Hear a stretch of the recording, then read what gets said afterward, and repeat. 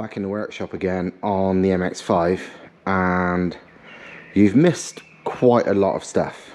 That as in, I didn't show myself doing it, I didn't film myself doing it, for one simple reason: I left the camera at home. But whatever, you get to see the result, and the result is pretty major because it's the last real big headache I had to do, and I've managed it. Remember in the last video I said I don't know if I'll be able to get the seats to fit, and if not, no big deal, I'll fit some different ones. Well, they're fitted. They are in. They are literally bolted down in the correct place. The seating position, you know, my driving seat position is absolutely fucking brilliant. There's a ton of room to the roof because, as you can see, it's not even at the top of the roll bar, and there's another at least an inch or so there, so I've got loads of room because my head stops about there because I'm like 6 foot. Obviously then I got my helmet for on track, and then you got the roof, so not touching the roof. So yeah, they said it couldn't be done. Generally it can't be done, but if you cut enough things, yes, it can be done. Obviously it's super dusty and shitty at the moment because I have literally done a lot to fit these seats, but it's cool as fuck. Carbon seats, GC Fabs roll cage, all good. Super dusty, but it all needs cleaning anyway. But look, clears the door bars, and yeah, I've put the slightly smaller 330mm, because standard's 350, 330mm steering wheel that I used to have on my rear wheel drive Impreza WRX, which you couldn't see on earlier videos. And yeah, it's not been on anything since I got rid of that, so at least 2 years, maybe more than 2 years. But I've just had it kicking around. I knew it'd come in handy, and yeah, it's absolutely bang on for this. But yeah, seats are in, the position's great, the door's shut, the hard top fits, my helmet fits, everything fits. I'm very, very happy. When I first installed it, I sat in it just to triple check it was the right driving position, and it was like, I didn't get out for about 10 minutes. It was lovely. It literally super comfy, super the correct place to the pedals and the steering wheel. It's great. And really low. I mean, like literally, I don't know if I'll be able to show you. No, I can't show you. But literally these are, I mean, like the back is practically touching the ground. Yeah, I can't really show you. It's not, I can't get a camera there. But the back is, the bum section is practically touching the floor pan. The fronts are up a bit because the seats are tilted back a bit to, well, to help headroom and just generally a good seating position. But it's far lower than you could ever manage normally, because what I've done here, you know, like, well, if you look back at previous videos where I spent ages cutting and hammering and welding and making new rails, now you missed, or because I left the camera at home, but I have cut out all of those rails. Basically everything I did, well, all of the rail installation is now chucked away. What I did with all the hammering and cutting and welding, that was great. That's, you know, that's been a huge help. You know, because I still needed that, and in fact I've had to do even more. But the rails I had to cut back out. I also cut out the final bits of the original MX5 seat mounting bits of metal on the floor. And on this side, on the passenger side, I had to cut even more of the transmission tunnel stroke floor pan join to move it in a bit to fit this seat properly. But they're in, and they're bolted in. At the moment, they're literally bolted in just so I had them in the right place. I've cut some spreader plates, sandwich plates, whatever, like on the back of the cage, which I will be bolting on shortly. But yeah, man, it's in. They're in. Badass carbon seats, super comfy, mentally supportive, proper rally car seats. None of this normal crap you often see as MX5s. And yeah, made them fit with the cage and the door bars. So yeah, mega happy with that. The one thing I gotta do now, it wasn't an issue before, but fucking well is now, is, as you could probably tell, things are tight. The only way of getting the seats in and out is the roof being off. But obviously the roof is going to be permanently held on with the proper, you know, permanent hardtop mounts rather than the latches. So I can't put the roof on until the seats are in place for the final time. I can't put the seats in place for the final time until I've painted everything and done everything I need to do on the interior, and so on and so forth. So yeah, it's a bit of a fucking mission, and you have to get everything in the right order, otherwise you'll be taking everything off just to fit other stuff. But we're getting there. Another thing that was pointed out to me after they saw the recent video, I think it was the introduction to the roll bar video, I mentioned that I had the solid mounts off Bofi that I'd bought a while ago to mount the hardtop, and they were Jazz Performance ones, Jazz, J-A-S-S, not realising that because this roll bar is a proper wide one, well, that's part of the reason, those Jazz side mounts won't actually fit. And they were like, oh no worries, you know, we'll send you the GC Fabs ones. But it's like, you know what I'm like, I like to make things just work, and I thought, well, they can't be that different. So I had a look at what the problem is, and basically it's those two captive nuts there where the bottom half fits, but it hits the harness bar. But I looked at what it actually hits, and it hits a tiny corner there. So I've just cut it out on both sides. Literally, it's like it's not a strength thing, it's literally a nothing thing. It's because it looks nice. So I just cut a tiny little square out of it, and now those mounts will fit perfectly. I'd rather do that than you know, have to worry about whole new things for nothing. You know, it's the same as making these seats work and all that. You could be like, oh, they ain't gonna work, you know, it needs a different chassis to fit these kind of seats, or you just make it fucking work. And I do. So yeah, dead easy. Nobody has to send me new nothings, because those Jazz ones will fit now. And that's probably good for anyone else who's already got those Jazz mounts and then decides they want a GC Fabs cage. And I can't blame them for wanting one of these cages, because they are badass. But yeah, you don't need new side mounts. Just cut a tiny notch out, be done with it. Pretty it's not, but this is the situation with the seats at the moment. And basically all the metal work, and there was a ridiculous amount, is done. It's going to look a lot nicer than this once I've painted it, but at the moment it's literally slapped some hammerite on the bits that's been modified and went back to bare metal, and seam sealer on the weld joins just so no shit gets in it, because I wouldn't mind this car staying non-rusty, and you never know what gets in there. But I will explain what I had to do.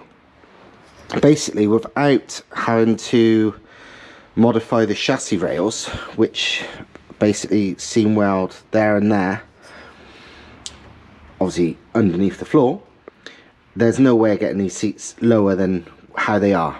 They are literally there and there is where the original seat mounts go, and obviously then you could most people would bolt a frame on top of that. I, however, have completely cut out the original seat rails. It's literally a flat floor now, as low as the top of the chassis rails, you know, couldn't get any lower if you tried. And that was how to get it low enough for what I wanted, because how it is now with the seats in, the top of the seat in my head goes to about there, and then you've got the top of the cage, then the roof goes to about there, so there's plenty of room for my helmet and everything on track. But yeah, that was height sorted. To get enough width on the driver's side basically involved hammering, I'm sure you can see hammer marks, not only hammering the living crap out of that, but as this seam sealer mark might tell you, I literally cut a slot all the way down there and moved, because it used to sort of curve in there a bit. Now it's a lot more straight up and down. I moved the transmission tunnel in a little bit just to give more room there. And here, that is, probably can't see it because of the light, but that's a much bigger dent. Again, no welding needed, thankfully, just a lot of hammer time, and that is because of the front corner of the seat. On this side, very little, thankfully. That was a little patch of rust I repaired, so that's nothing to do with it. And these ones were minor cuts and alterations I made, because to reshape a relatively solid floor, generally the easiest way, if there's an issue, is just cut a little slot, make it a bit weaker, and then you can shape it and then weld the fucker back up again. I don't remember which. I think it's that. That's a weird one, because now the seats, they go on the side mounts through holes in the floor exactly how the cage was. So there is 3mm thick steel plate which I've cut, which works as sandwich plates, spreader plates, whatever you want to call them, from underneath the floor pan to the side mounts. Because obviously if you just tried to bolt side mounts to a floor pan, yeah, they're okay as they are, but if you had a big crash, it's just gonna rip out the floor pan. So I've made sort of very big, I think they're probably about 6 inches by 4 or 5 inches rectangle, which it sandwiches to it. And this here is annoying because I've not even worked out what it was for, but on both sides there on this car, the floor pan's got like a dip, and just a big dip. I don't know why. It's only about, well, that big. It's about 3/4 of an inch, but it dips down by about 3/4 of an inch, and that's exactly where the sandwich plate needs to go. So I thought, no problem, I'll hammer it up. But even with a big metal sledgehammer, it is pretty stiff. So yet again, I ended up cutting the thing off and welding a little circle to make it flat, purely for the sandwich plate underneath, because otherwise it wouldn't have sat flat. And although that's not a big deal, because it doesn't have to be sat flat as such, it just has to prevent the you know, bolt from ripping through. It'd be a lot better if it was flat, so I had to do that. Passenger side is actually a bit different, actually a bit more work, because they're not, the floor pans aren't exactly symmetrical side to side. Let's walk around and I will show you. Oh, that's some of the spreader plates I made, by the way. Literally cut some thick sheet steel, painted them with black hammerite just to keep the rust away, and drilled a hole through them. Right, this side, much the same regarding the height, by removing all the original shit, and also by having to get rid of that bump again that I was on about. But this side, rather than having to cut all the way across, because for some reason it wasn't an issue, I had to hammer it in. It's because of the shape of this and all sorts of weirdness. I had to hammer it in a lot, but this side, I originally did cut like the other side, but it wasn't enough. It's just not the way this side is, because it's a slightly different shape. So in the end, I had to literally sort of cut a, what do you call it, a scallop, if you look, I've cut a recess, and that's where the front of the seat and the front of the, well, even the seat frame goes there. Can you see the bolt hole there? The front of the side mount goes to about there, and the rest of the seat goes there. That is literally the only way. A slot did nothing, because I think it's partly because of that, but I had to cut, I mean, what's that? I had to cut in, the floor did go pretty much like that, so I've added another couple of inches room. That was literally the only way it was going to work with these with this bar. So yeah, it is a ridiculous amount of work to fit bucket seats, and I'm sure it's not something most people would be stupid enough to do, but you know, it's me, innit? Where there's a will, there's a way. You can do whatever on cars, do you know what I mean? And as soon as the car was apart anyway, and I wanted to fit those seats, a sensible person would have just bought seats that fit, but I love those seats, and they I got hold of them for a great price, so it was a lot cheaper and better for me to make everything work around the seats than the other way around. So yeah, and I mean, the beauty of this is, I don't know if you remember before the roll bar when I had those other mounts I made, apart from them not being quite as low, it was a real massive pain to get the bolts in to, you know, fit the side, you know, fit the seats to the side mounts and so on. Now, thanks to extra amounts of hammer time and the height difference and stuff, I can no problem get all 4 bolts in on each seat to bolt it to the side mounts. And if anyone's fitted side mount bucket seats on any car, they know, even on a lot of standard cars with seats, you know, much bigger cars, that can be a pain in the ass. So as much grief as this was, it's a big relief to make it actually pretty user friendly. So yeah, and obviously underneath I've seam sealed in these same places underneath, because again, this car isn't very rusty, and I plan to keep it pretty bloody long term, so I'd rather not let it go rusty too easy if I can help it. And obviously it's going to get used a lot and hard, so it's going to get scrapes, it's going to get wet, it's going to get dirty. So yeah, now all I really need to do, I'm going to let this dry. I need to hoover all this shit out, I need to paint it all. I'm wondering about some hardware and paint for this floor. I mean, the rest of it I can do normal satin black, but I might use, like, I don't know, bed liner or something maybe for the floor. I'm not sure, but I'll worry about that after. But yeah, for now this is all done. I've tried the seats in with all these modifications, and yes, it all fits still, so I've not messed anything up, thankfully. Well, that's another thing I couldn't do with the old setup. I couldn't use the original rear seatbelt holes, which are obviously good and strengthened, for the harnesses, well, for the harness eyelets. But now, thanks to this new super low and different position, I can reuse them, which makes life a whole lot less pissing about. I don't really like harnesses the best of times, but this car's gotta have them, and this allows it.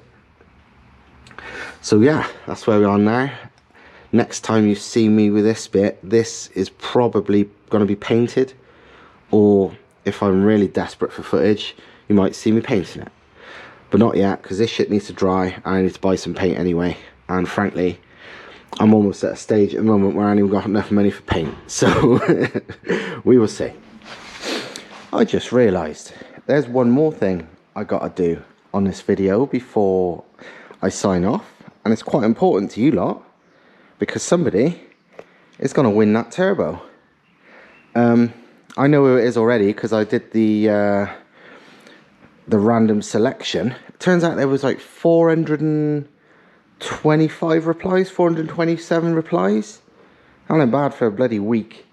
But it turns out the person who has won it, I will show you who it is on my phone. Hold on. Is, I can't even remember what they're called now.